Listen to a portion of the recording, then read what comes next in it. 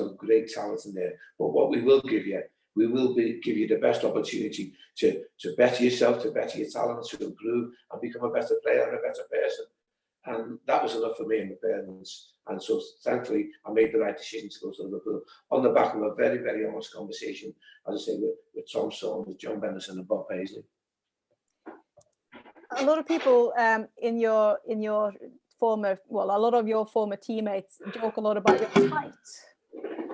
What sort of benefit? Only about my height. Not only one of the things they joke about. They joke about a lot of things. So all of you guys have an amazing banter between you, and you need to tell us about when you ended up in that overhead locker in an airport in an airplane. But what was your advantage with your height that could generate positivity to your game?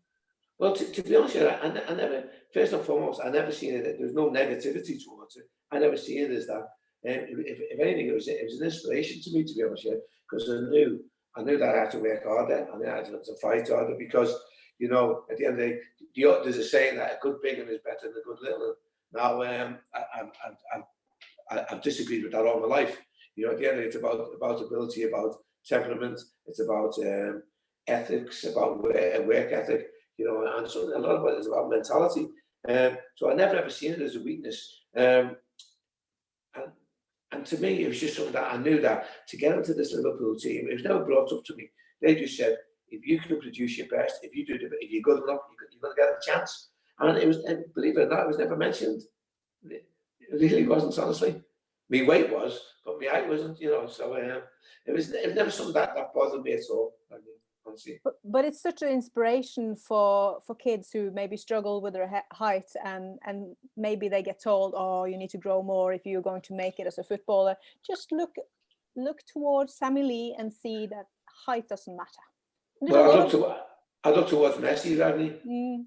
I look towards Messi. You know, Kenny Dalglish wasn't the biggest. You know, at the end of the day, you look at Maradona. I'm not putting myself in the same frame as Messi or Maradona. Please don't think I'm not doing that at all. So don't think I'm doing that. But I'm saying to you, height is it's just something that never occurred to me. Never. Obviously, you're not going to put me on there centre forward at corners. We know that. So they put me on the post, so it's not an issue. You know, it was never an issue for me, honestly, it really wasn't. But please, I repeat, don't think I'm comparing myself with Messi or Maradona. I don't want anybody to think that at all. Please don't misinterpret that.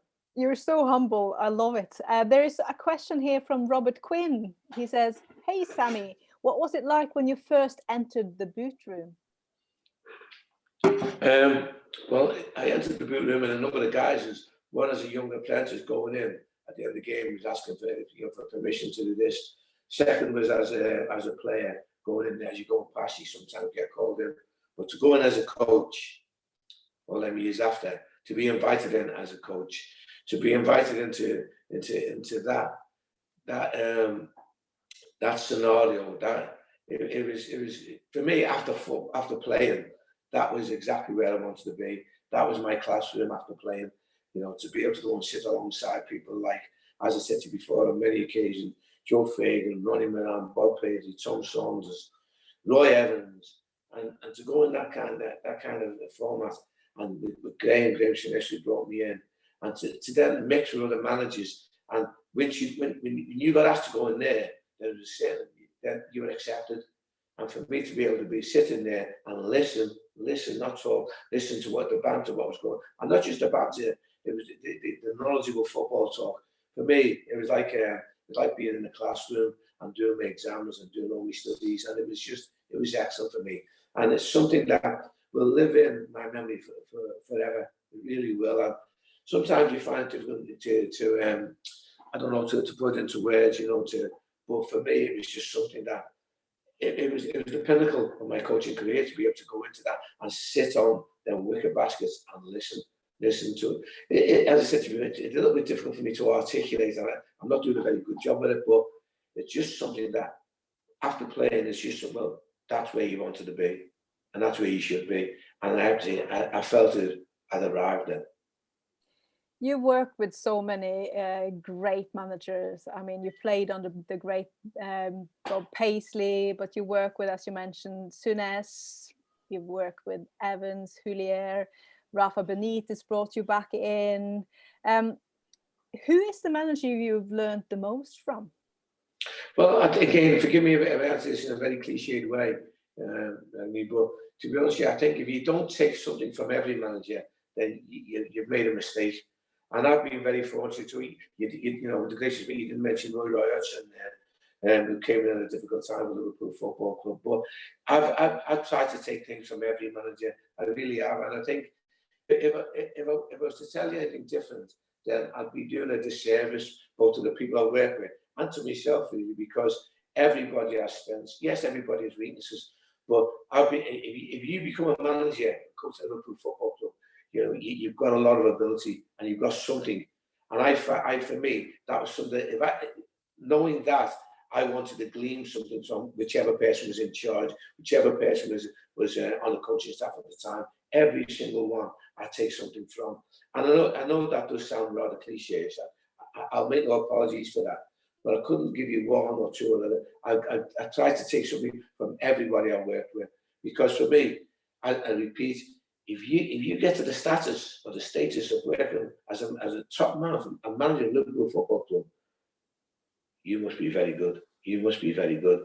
And I decided very early in my coaching career that I was going to listen to people in whichever position you were in that group room, whichever the hierarchy was, I was going to listen to them all. How did you feel when Souness approached you and asked you after your playing career if you wanted to come back to Liverpool? It was a dream come true for me.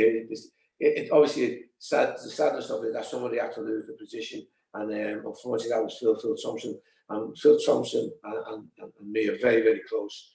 So that was a little bit difficult to have to see, but him and his family have been fantastic towards me, and I know how much the position it meant to Phil and means to Phil. But he didn't hold that against me in any way, shape, or form. And I have to say to you, I hold him in the highest esteem for that. Both him and his family, his wife, and all his family. I really do. But to answer your question, it was a dream come true, because after playing, you know, I wanted to be a coach. I started trying to get involved in coaching during that because I had a few injuries, and to be invited back to Liverpool as a coach was, well, after playing for Liverpool was the next best thing.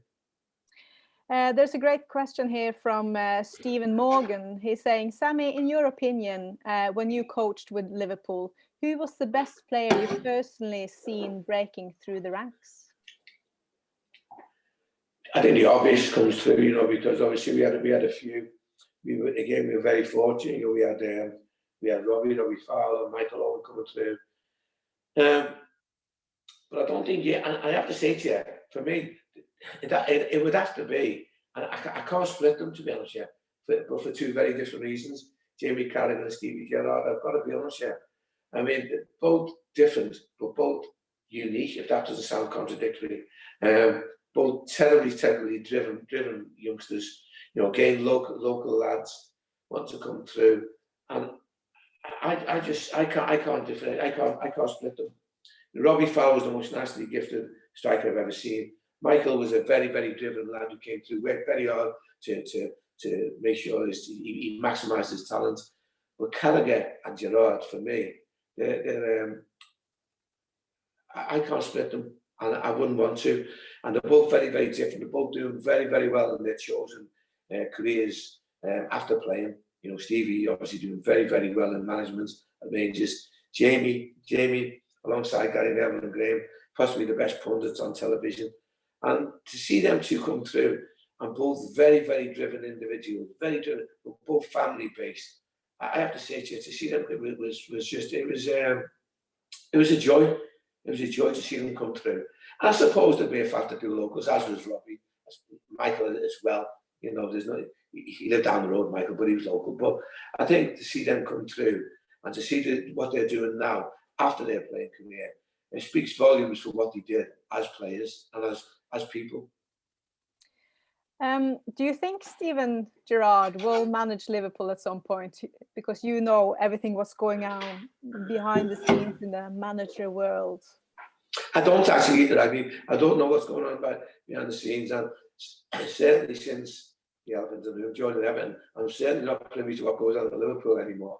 But I think what Stevie's doing, I think he's plying his trade, he's learning his trade. I think he's doing excellently well at Glasgow Rangers. It's a fantastic football club in a great league, in a great city up there, and I think he chose a very difficult place to go and to perfect his talents. And I'd have to say to you, it looks as if it's on the cards, but it wouldn't be for me to say who's going to be the Liverpool manager in the future. All I'll say to you, he's going about it the right way. He's studying, he's perfecting his talent, and I think for me, I'd have no issue if I was a Liverpool supporter, which I am. I'd have no issue in putting my trust and faith and my football club in Stevie Gerrard's tenure, whenever that may be. But I will put a caveat to that. I'm hoping it's going to be not for some time yet, because the guy who's in charge now, I repeat what I said before, is doing a fantastic job. And I think we should all pay homage to him, take our hats off to him, because I think he's brought Liverpool back into the situation, into a place now where everybody wants to be a Liverpool supporter, everybody wants to be a Liverpool player, and everybody loves the Liverpool Football Club.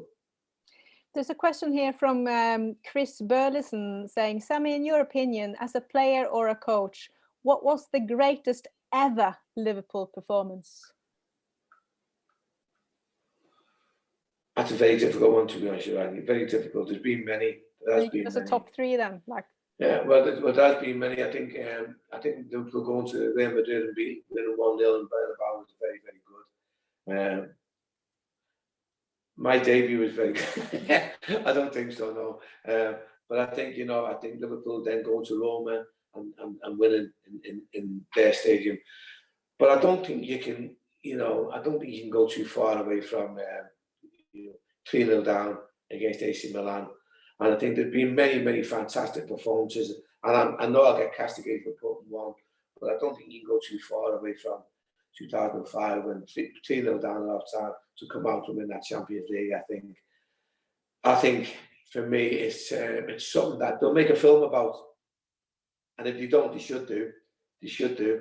And so I'll throw that out to some people out there, some of the more creative people. I think they should do. I think there'll be many stories coming from that. I know there's been a bit of a play, not a bit of a play, but there's been a very good play coming out about it. Which I had the good fortune to go and see. But I think that through it all, and it'd be easy to say one when I played, but thankfully you gave me three. But I think the Milan one in Istanbul has to come out on top, I think. And I see that great gladness, by the way. But what about exactly a year ago when we had the return leg against Barcelona and we had to win 4-0 and we couldn't let in a goal and we did it and went on to win in Madrid? Is that up there? Without a doubt. But I mean, you only gave me three, Ragnar. I want to have two that I was involved in, but no, without a doubt. That's what I'm saying to you. Look, people will always be able to give me one, and they'll always have different ones to me. But I have to say to you, I think that when you get to a final, and again, well, yeah, I suppose you're right. And I was going to say to you, the Istanbul one, it wasn't at Anfield, but the amount of Liverpool supporters that were in Istanbul, it was practically an home game. So you may be right, but I don't think you can go too far away from the fact that it was a final. A lot of things come into being in an actual final, and you're 3-0 down, and that people will leave the stadium because he thought it was all over. I just tend to think that, for me, and actually 45 minutes, don't forget that it was.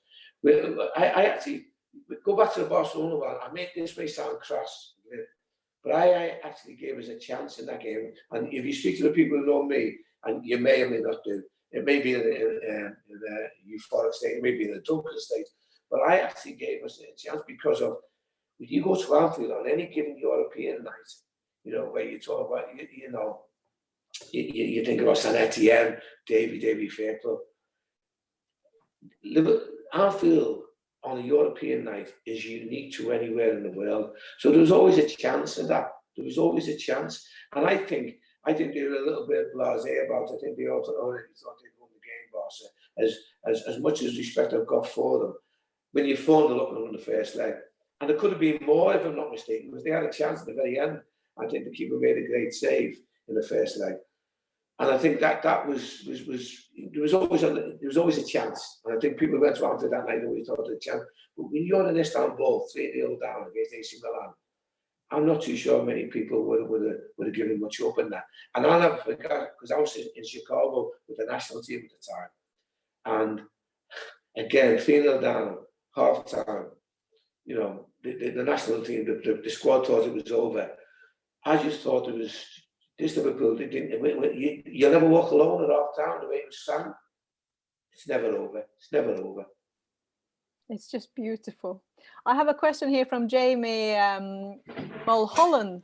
He says, Sammy, a year ago we beat Barca, then went on to win the 6th. I'm sure we all had hangovers the day after. My question is, when was your best party from winning a trophy with the Mighty Reds? Every time we won a trophy, which is quite regular, to be honest. I mean, I couldn't pick one out again because it undermined the others.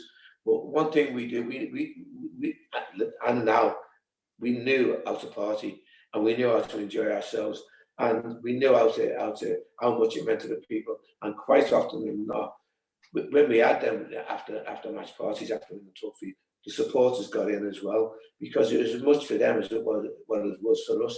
So to be honest, yeah, every single time we had success, we enjoyed it, and we made sure everybody else enjoyed it, as I'm sure they do now. In fact, I know they do now. Talking about big trophies, there's one here from Ragibir Sahota. If I've pronounced it wrongly, then please excuse me. During your coaching time, no, sorry. This was the one I wanted to ask you first. Chris Whitehead is saying, which European Cup win gave most satisfaction? Beating Real Madrid in 81 or Roma on their own patch in 84?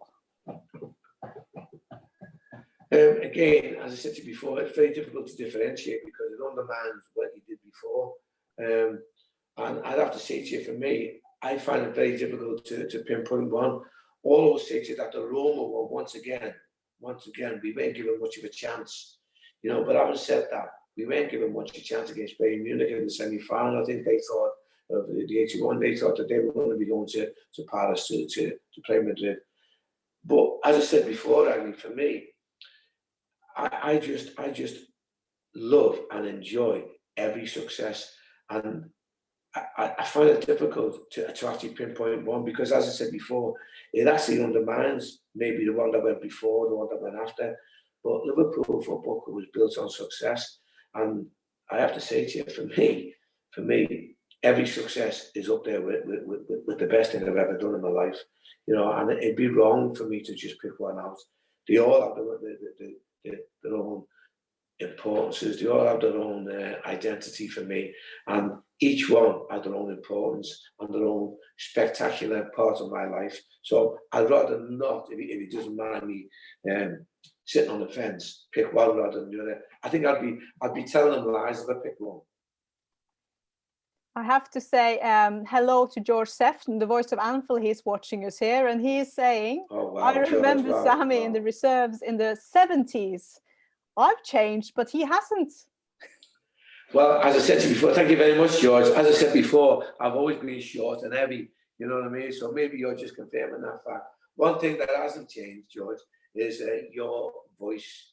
You are the voice of Anfield, and again, your passion for Liverpool Football Club.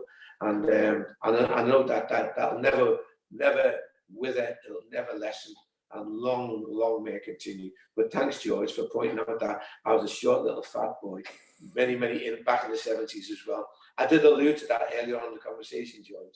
So thank you for confirming that. Your debut for the Reds was a very special match for you. You mentioned it just briefly earlier. Can you describe that feeling as a local lad to finally walk in on the turf at Anfield and have your debut with the first team? Again, I think I spoke to you once before when thankfully you invited me along to the hotel, which was the first time I'd ever been there, and I was overwhelmed by it. But I remember you asking me the same question, and it's difficult because the whole thing was a blur for me. My debut was a blur, something that I'd wanted to do from whenever I could remember putting a pair of football boots on or a football kit on. It's something that I always wanted to do, play for Liverpool at Anfield and to score in front of the Kop. And to do it, I have to say to you, it's a blur. Sadly, it is a blur. And it's something that I haven't revisited that many times, to be honest with you. But all I will say to you, without that game, without that being, having such an importance on my life, we wouldn't be talking now. So again, there may be other questions, like which was the most important game of your life and what have you. And forgive me if I'm cutting across you there, but that was the most important for me, because without that going so well, then we wouldn't be talking here today. But I honestly, I repeat, a lot of it was a blur, sadly. But isn't that interesting, though, how so many players who went on to have a great career with Liverpool and stayed for a long time and became one of the most important players, like yourself, had a really, really, really strong debut? Does that sort of set the pace for your success in Liverpool almost? Well, I think because the standards are so high, they were and are so high. If you don't do well on your debut, if you bomb on your debut, back in the day, and I think it's the same now, you don't get very many second chances, and particularly in front of the Kop. And so, to be perfectly frank with you, that's why it has such an importance for me, because if it hadn't have gone as well as what I would hoped, if it hadn't have gone as well as I'd been prepared for by the fantastic coaching staff that I had at that time, if it hadn't gone that well, then I wouldn't have got the second game, I wouldn't have got the third game, and I repeat, we wouldn't be talking here today. So for me, it was massively important that I made an impression. It wasn't always massively important that I scored a goal, because goal scoring, if you look at my record, it's not even on there, I don't think. But to actually score on my debut in front of the Kop, that was just the old, as they say, icing on the cake. Well, for me, it was important that I made an impression on everybody on that day. And if you don't, because of the quality that Liverpool and the high standards that Liverpool demand of you, Liverpool Football Club and the city demand of you, then I don't think I'd have got a second chance. There's a question here from Brian Sweeney. Hello, Brian. He says, ask Sammy, does he remember Ronnie Whelan's testimonial? All the Liverpool players stayed in the same hotel as me. Sammy and Terry McDermott stayed up with us singing, and Sammy loved singing Green Fields of France. Yeah, well, it's one of them, because the Furies and Davy Arthur, you're massive for us at the time. And as I said to you before, for me, the football club is not only about the players, it's about the supporters as well. And what we always did, and again, I've seen the bus rides of Jürgen's team that go around the city now when they win things. I think for me, it's about involving the public and the fans. And one thing that I always wanted to do, I always wanted to include the fans, because I am a fan, I was a fan, I was brought up a fan. So I think it wasn't only for me, it was for the fans as well. And I thought any chance that I could get to include them in the celebrations, in the aftermath parties, I did my utmost to try and get them in, because as I said to you before, for me, it's not only about the play. We're the lucky ones, we're able to go on the pitch, but I see supporters spend all their hard-earned money to travel the globe to support the Liverpool Football Club. And any chance I had to give them the opportunity to join in the celebrations, I tried to do my utmost to do. I wasn't alone in that, by the way. Terry Mack, Phil Thompson's, the coaching staff always wanted to embrace the supporters and bring them in, because they had a realization is that it wasn't just about us, it was about the city and about the supporters. And I go back to what I said before. This is exactly what Jürgen does. He gets the team, he gets the city, he gets the public, he gets the football club in its entirety. And within your team and in your days, there was a lot more banter, as we mentioned a little bit earlier. Can you tell us one or two of the stories about all the crazy things that went on to ground you guys and to sort of team up and work together as a team? In a word, Randy, no. Come on. What goes on in that dressing room stays in that dressing room. What I will say to you is that I'm sure the banter's going on now, you know, because you don't get the success this team, you don't get the camaraderie this team have got without having some sort of gel. Now, whether that be Jordan, Millie, whether that be Mo Salah, whether that be Sadio Mane, who had the great fortune to work with at Southampton alongside Virgil, whether it's that, one thing I know for sure is that the manager and the coaching staff and the kit men all try to engender camaraderie, and that just doesn't happen. That just doesn't happen in the click of a finger. That's something that you build up. That's something that you engender in the football team. And I think there's loads of stories, but this doesn't go on just one given day. This happens throughout the football club on any given day. And again, I repeat, I've got nothing but the utmost respect for what Jürgen and his backup staff are doing to engender the camaraderie. Because I think I said it before. This football club, this team they've got now, there are a load of stars. They're full of stars, but nobody behaves like a star. Nobody behaves like a prima donna until they get on the pitch, and their behaviour of stars comes out in their football. It manifests itself in what they do on the football pitch, and I think it's fantastic to see in this day and age where celebrity, you know, you can have the best watch or the best car and you be a celebrity. These guys are doing the best in a very difficult scenario, if you like, you know what I mean? Very difficult for them because there's so many distractions going on. But these lads, there's so many stars, but the stardom comes in being a team and being united and being playing as a team. And I think my ass off them. I think it's something to behold and to enjoy. Talking about Virgil van Dijk, a lad called Terje Johannes Haddal, hello there. He is asking you, which is your preferred partner to Virgil? It wouldn't be me. That's for sure. Again, Ragney, forgive me. You know, it's not for me to do that, to pick a Jürgen team. I think you've got a number of supremely talented boys in there. Whoever's gone in have done well alongside them. You know, I know people will dispute that, and you know, but at the end of the day, it'd be wrong for me to pick who partners Virgil van Dijk, because at the end of the day, it's not my position. All I will say is that whoever plays alongside him will become a better player, because Virgil is one of the players who exudes confidence. He passes on his knowledge. He passes on his passion. And I have to say to you, for me, he's someone that when you play alongside him, you will become a better player. We have to talk about that elephant we mentioned in the beginning. Can I have a drink? You need a drink before that one. But before we do that, I just want to remind everyone why we do these live streams. First and foremost, it is to gather and get together basically all across the world with the Reds, to try to enjoy ourselves in a very difficult time. And difficult it is also for us running businesses, and especially in the hospitality and the hotel and the bar industry. Hotel Tia has been closed for many weeks. So right now we have absolutely no income and lots of expenses running. And we are doing these live streams to fundraise, to try to raise the funds to pay all the bills and secure all our local workers and their workplaces. And you came to Hotel Tia for the first time this season, Sammy, and what did you think?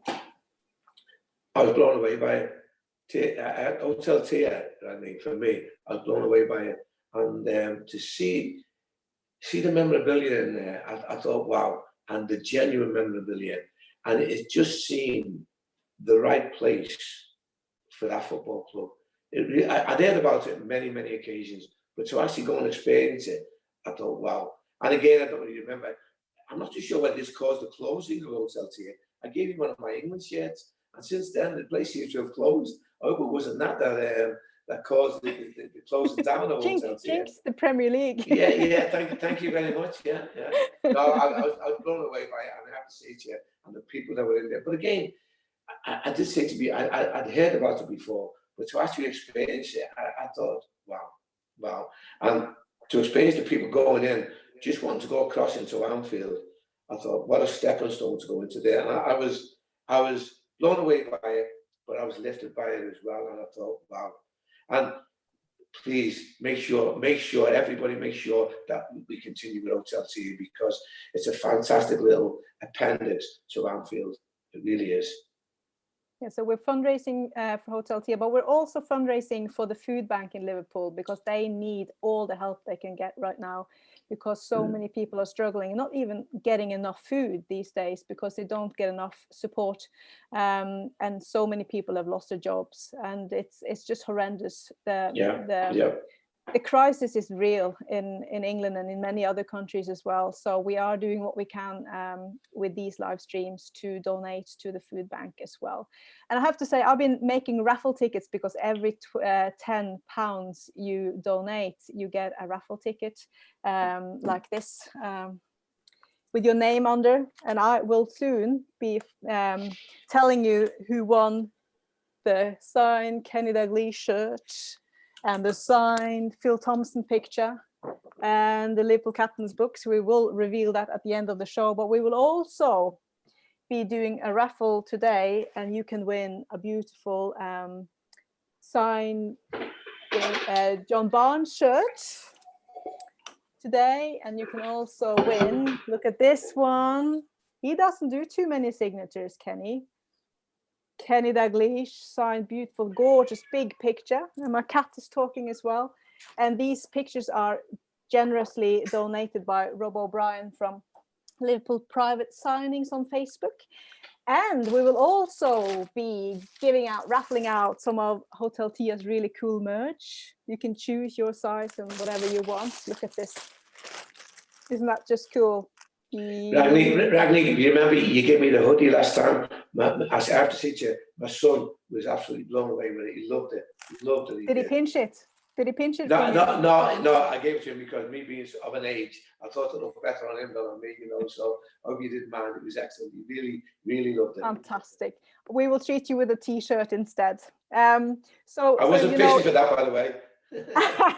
But you will get a t-shirt instead. Been there, done that, got the t-shirt. Isn't that what they say? So if you guys want to be in the raffle to win these things tonight, you can donate to paypal.me/hoteltia, or you can send your donation to VIPS, and the number is 600312 600312. And I have personally, look at this. This is from last week's raffle.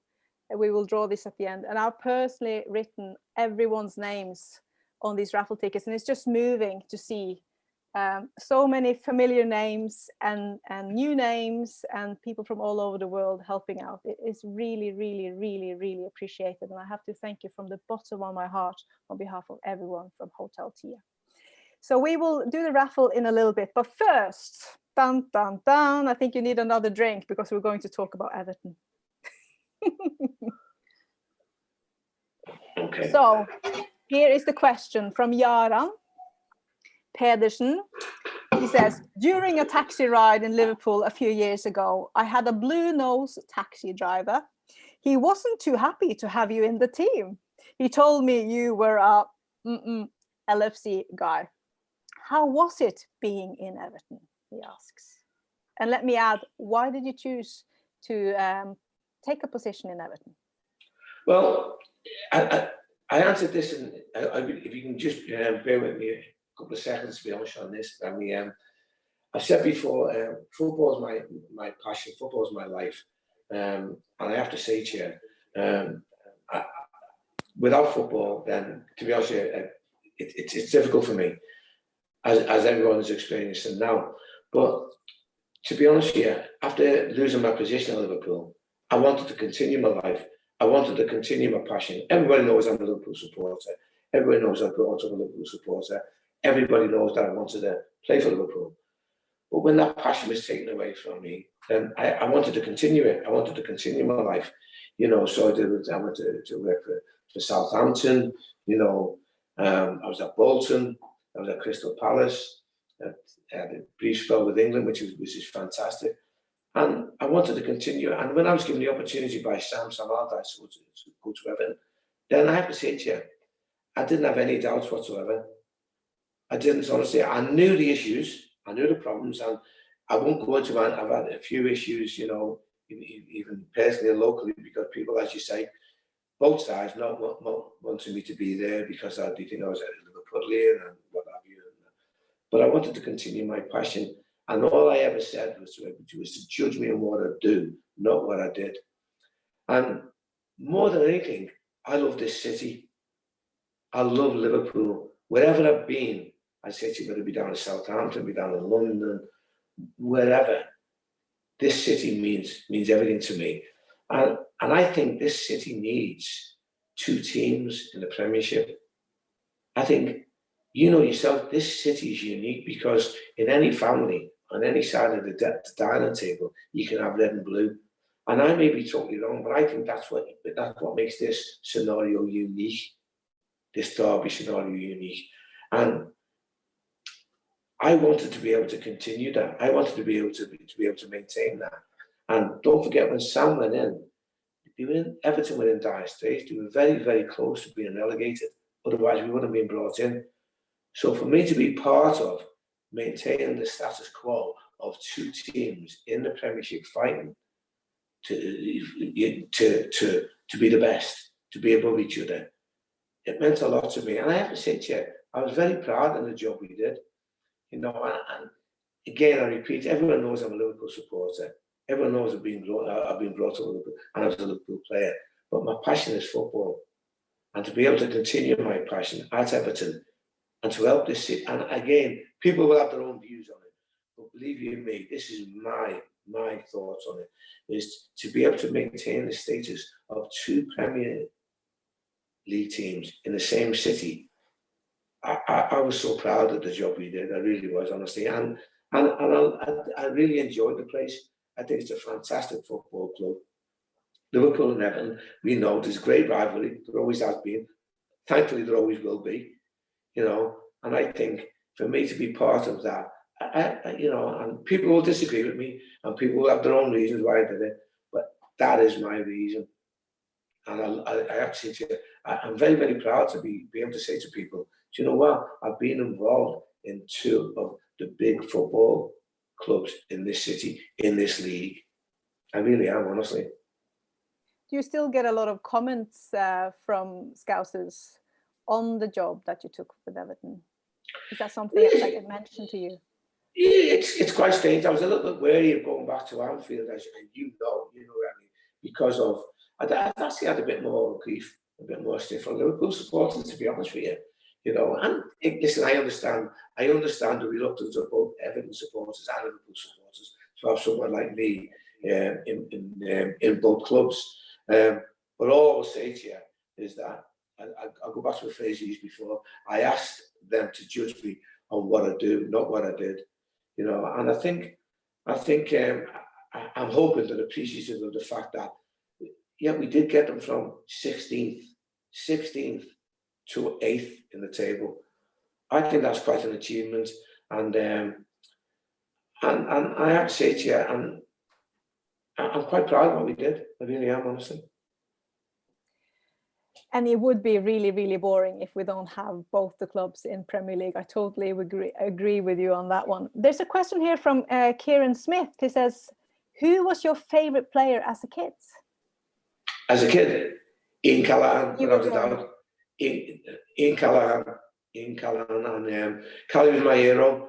You know, I was very, very fortunate. I was able to support some great teams, you know, great players, people like Emlyn Hughes, people like Tommy Smith, Ron Yates, Chris Lawler, Jerry Byrne, go right away through them, Willie Stevenson, Sir Roger Hunt, Ian St. John, Ian Callaghan, Peter Thompson, you know, for me, and then, you know, Kevin Keegan, John Toshak, Terry McDermott, Phil Thompson, Ray Kennedy. I go through them all, but my overriding favourite footballer, my idol was when I was growing up, was Ian Callaghan.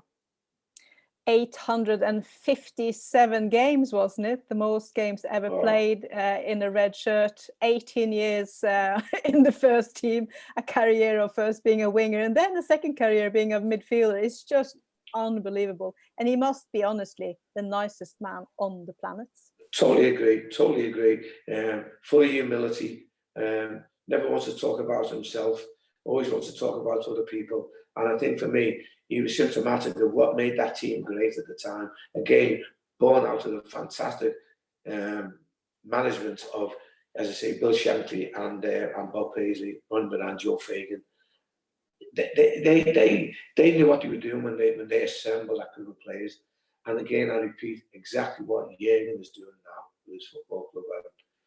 I can see all the similarities, to be perfectly honest with you. Do you want to get back into management again or coaching?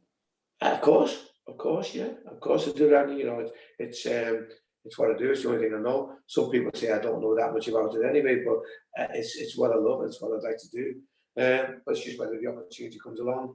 But as I said at the start of the conversation, I just want the time that the more pressing things with the football, you know, which is making sure that everybody stays safe and keep calm, you know, and make sure that we stay sane as well, because there's a lot of mental issues coming from this as well.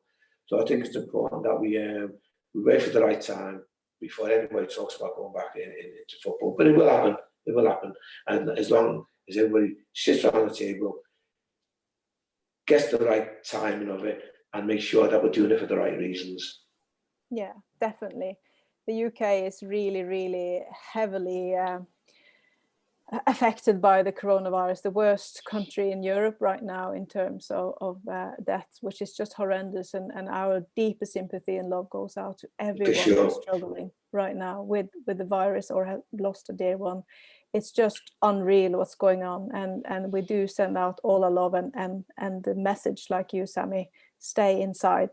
There's quite a few questions here on the transfer market. First one, going back to your time with Souness. This one is from Sahota, who I was starting to read out earlier. He says, during your coaching time with Graham Souness as a manager, any regrets over players sold too early or missed out on a signing? Well, to be honest with you, that was, you know, at the end of the day, I was the reserve team coach. I wasn't privy to what was going on. But you'd always have regrets on people you let go too early. You know, but very, very few come back and bite on the backside. But again, the greatest thing I find about football, and you go to any bar, any pub, any restaurant, which we used to be able to do, was that people always have a different view on who the starting 11 should be, who should be in the football team, who should not have been, who should have signed, who should have signed. And I think that's the joy of football. Yeah, of course, there are people who will have gone from the football club who you wish you'd have stayed. But at the end of the day, sadly, that's the nature of the game. It's happened to me. It's happened to other players, you know, and it'll happen again. Excuse me. But as I said, that's the joy of football. It's a game of opinions. It keeps every bar, pub, restaurant, every workplace going in conversation. And there's always better managers out there than what are actually in the position, because they've always got the great benefit of hindsight and not actually having to make the decision. There's also a few questions here who you think Liverpool should sign in this window. There's been some rumours of some players, Werner, and what do you think? Who should we get in? Well, again, it's difficult for me, Randy, because at the end of the day, people keep on throwing names up, but you know, I think every good football club strengthens. There's no doubt about that.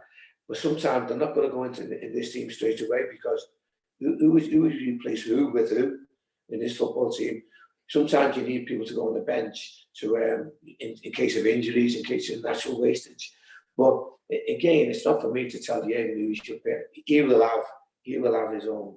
I know full well he's got a great analyst team who are working non-stop to identify who could make this squad, not so much the team, squad better.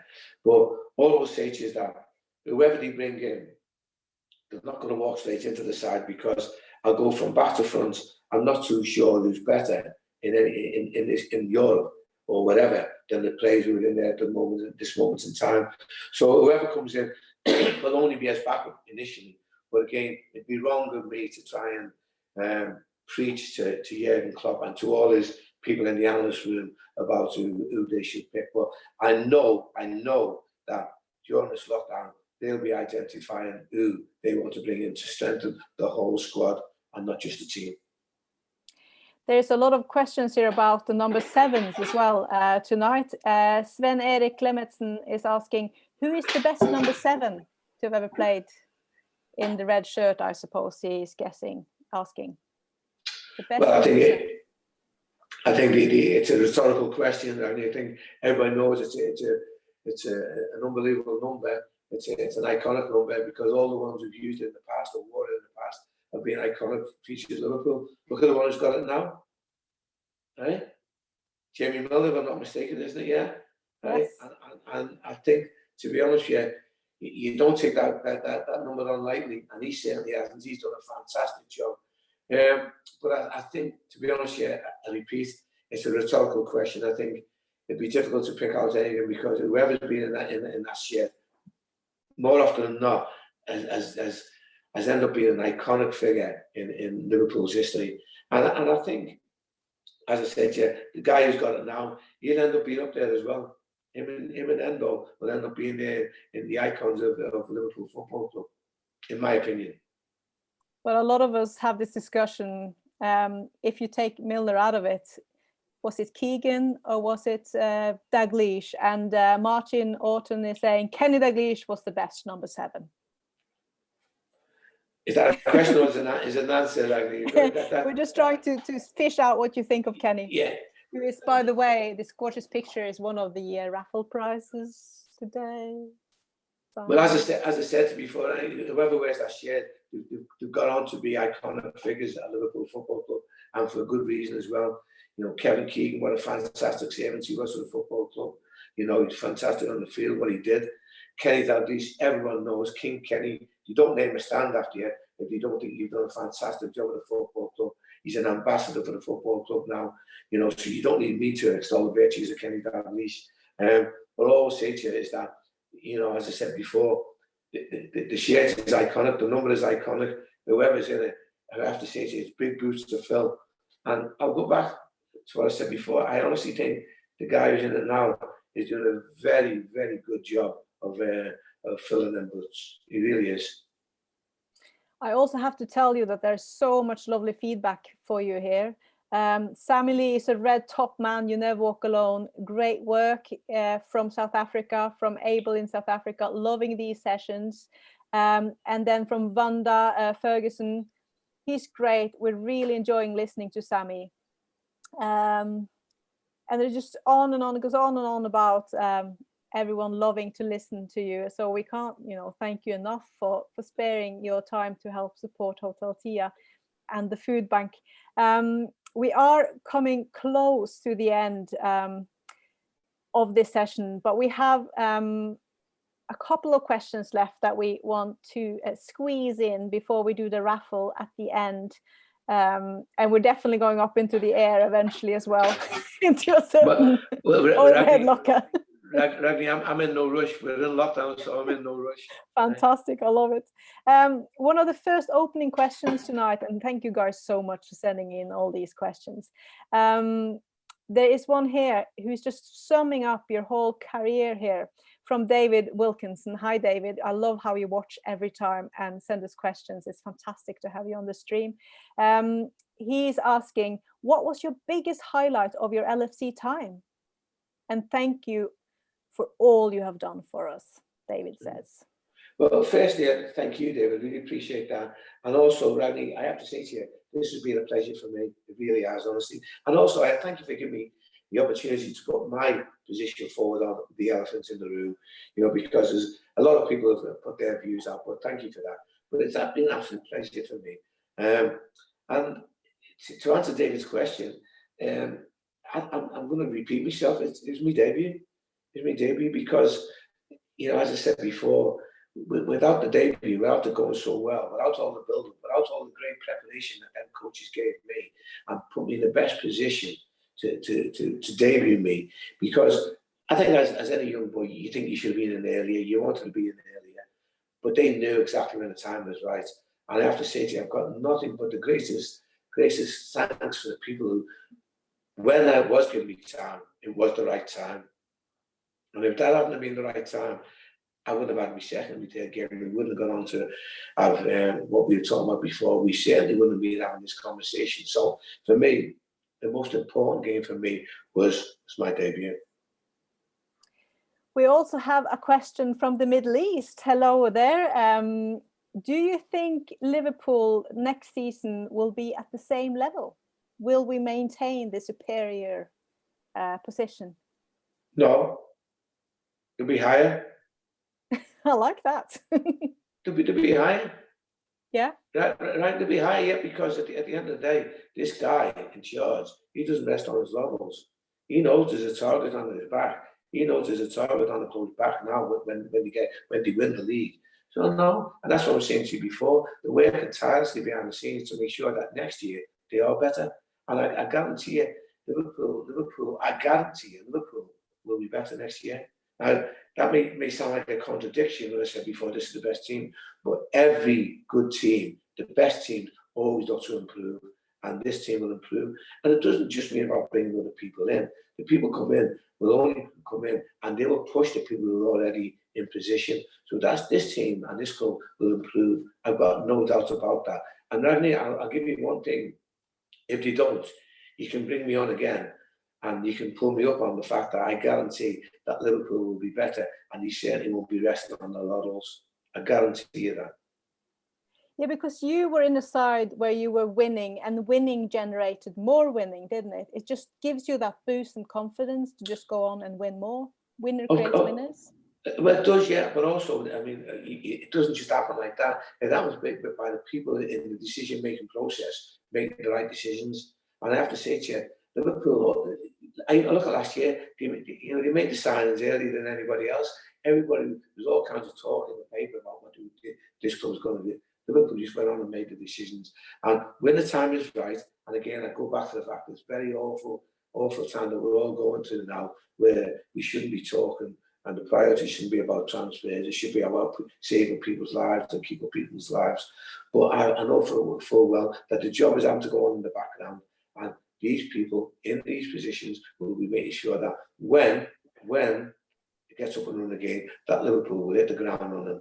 And no more so than the main man in charge, which is, as I said to you, is Jürgen, alongside Peter Moore, who together are forging a fantastic partnership to take this club forward, and not just for now. They don't plateau off. This will be going on for some time yet, with a bit of luck and a lot of support from all the people who were there watching this tonight and beyond.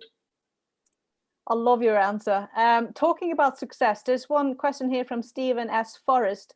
What was it like watching the UEFA Cup final of 2001 from the bench, and also being part of the team that led LFC back to winning more trophies? Well, as always, when you're on the bench, there's only a certain amount of things you can do, because once they cross the line, it's down to the players. But I have to say to you, on that night again, surreal.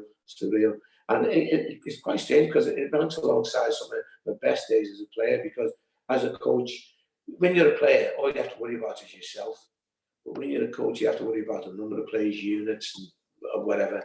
And I have to say to you, to get that success on that night, it was one of the, again, it ranked alongside one of my proudest nights of my life, and again, to be part of that squad of people, the team behind the team, as Gerard used to always call us. I thought it was a terrific night, and I thought a very, very proud night for me as a coach.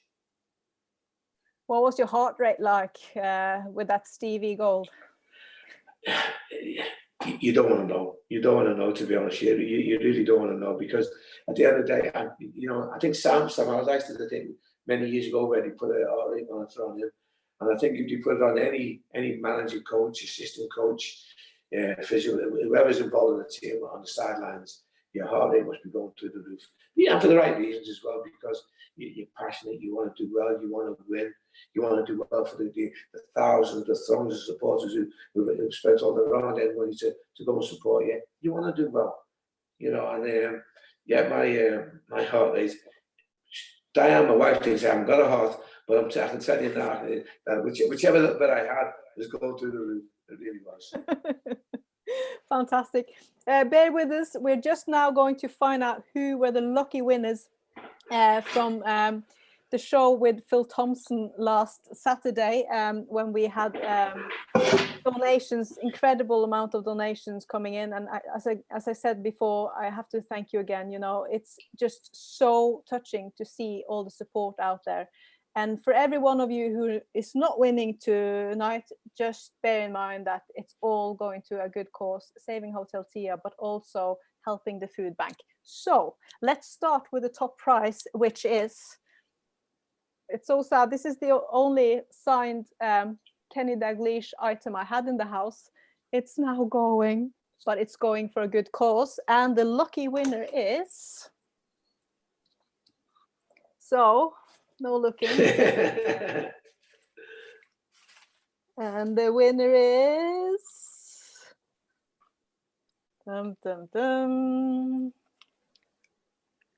Oh, it's a lady from Norway called Karina Bolstad. That's amazing. She bought a lot of raffle tickets. Karina, congratulations.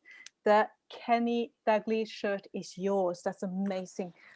Fantastic. I'll leave that with there. And then we have this picture of Phil Thompson, donated kindly by Rob O'Brien from Liverpool Private Signings on Facebook. And the winner is, maybe you can do like the drum solo here. So the winner is, wow, this is the ladies' night. And this lady I know has bought tons of raffle tickets every single time we have a live stream. So I'm really made up for her. The Phil Thompson picture goes to Gry Solvang Jensen. How Fantastic. amazing. Oh, yes. So let's see if the lads can run off with an edition of their choice. This is my latest Liverpool book that I've written, by the way, Sammy. I've interviewed all the major captains from Fantastic. Ron Yates up to including Stevie G. So I've got it in English and in Norwegian, and they're obviously signed. And the winner is, if I pull out a girl again now, I think this draw is fixed. I'll dig deep down here now and see what I can fish up. Ooh. Ooh. This has taken me all day, by the way, but it's been a work of pleasure. And the winner of my book goes to Norway as well, but it is a lad this time, Torstein Kilan. Torstein Kilan. I'll be getting in touch with you so you can choose if you want a Norwegian or an English edition. Congratulations. Very good. And today's prizes, if you didn't win, you get a new chance now. So if you like the show with Sammy, and if you want to donate a ticket fee of your choice, £1 is also something, but if you do donate 10 or more, every £10 gives you raffle tickets with your name on. And the main prize that we will raffle out next Saturday at 7 p.m. on our next live stream show with the Liverpool legend is a signed retro shirt with John Barnes. What a player he was, hey, Sammy. Unbelievable. They get fantastic. And by the way, what a fantastic person as well. Yes. Again, a great ambassador for Liverpool Football Club. Really is. Superb guy. He's one of my favorites as well. He's also been on the stream and helped us out, which was incredible of him to do. Second prize, as we've mentioned before today, it's big too. It's a beautiful picture signed by Kenny Dalglish, also donated by Rob O'Brien. And that's second prize. And the third prize is some of our cool Hotel Tia merch.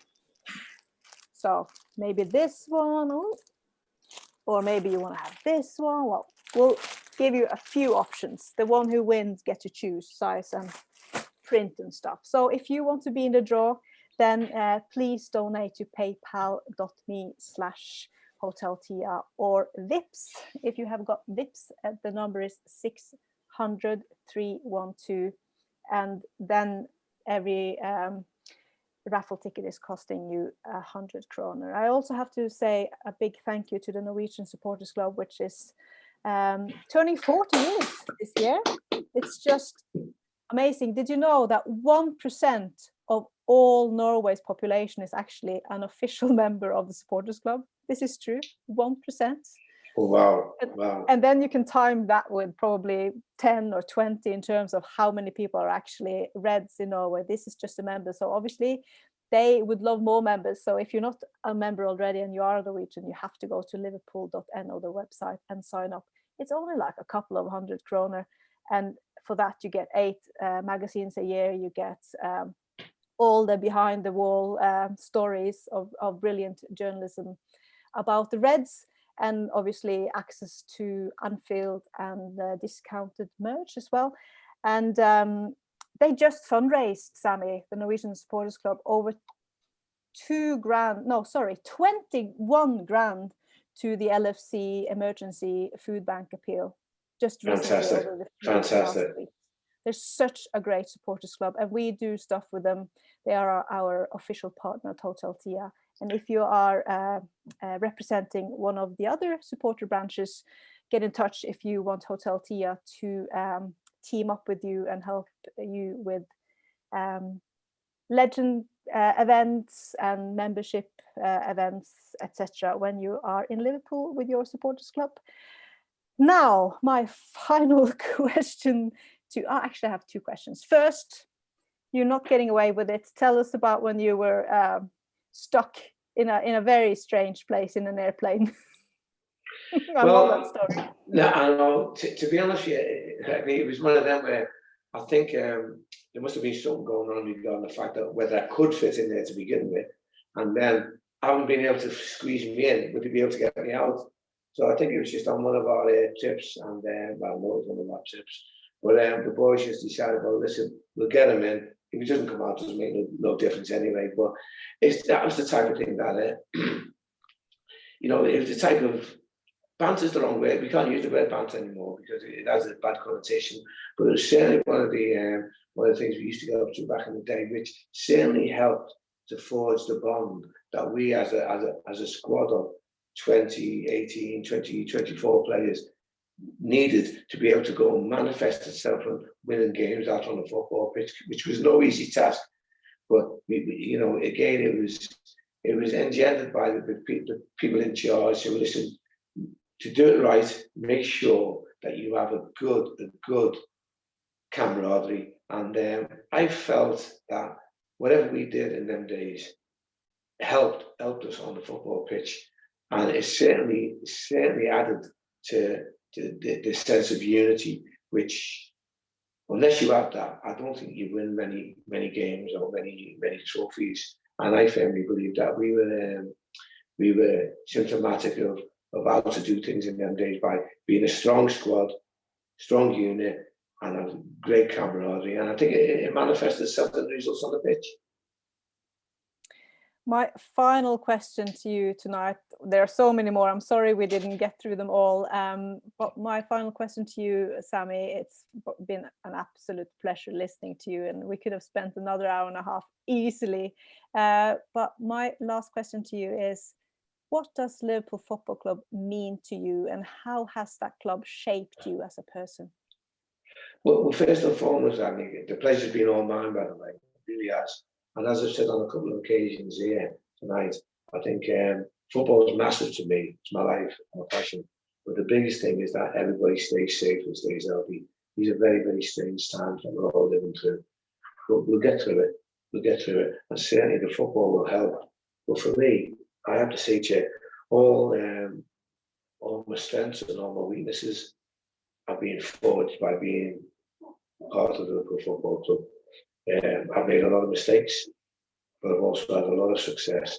And whatever success I've had, whatever mistakes I've made, and my ability to make their mistakes right and to recover from their mistakes, and have been forced completely by being involved with the Liverpool Football Club.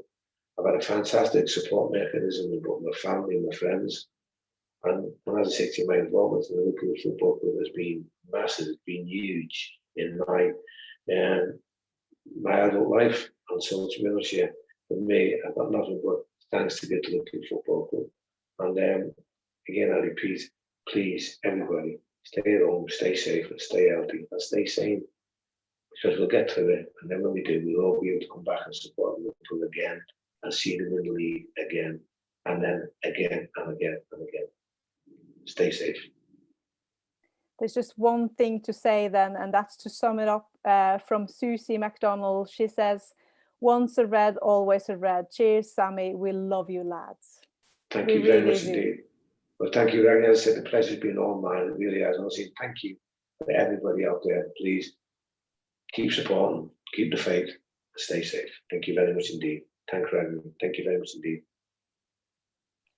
And with that, I just want to say thank you all so much for being with us tonight. Thank you for your questions. Thank you for tuning in. Thank you for your donations. And we'll be back next Saturday and hopefully cheer you up again in these difficult and testing times in a weekend where we should have finished the league as champions. Until then, please stay safe and look after yourselves and take care. Lots of love from Sammy Lee and me, Ragnhild Lundansnes. Thank you. Take care and all the best. Thank you.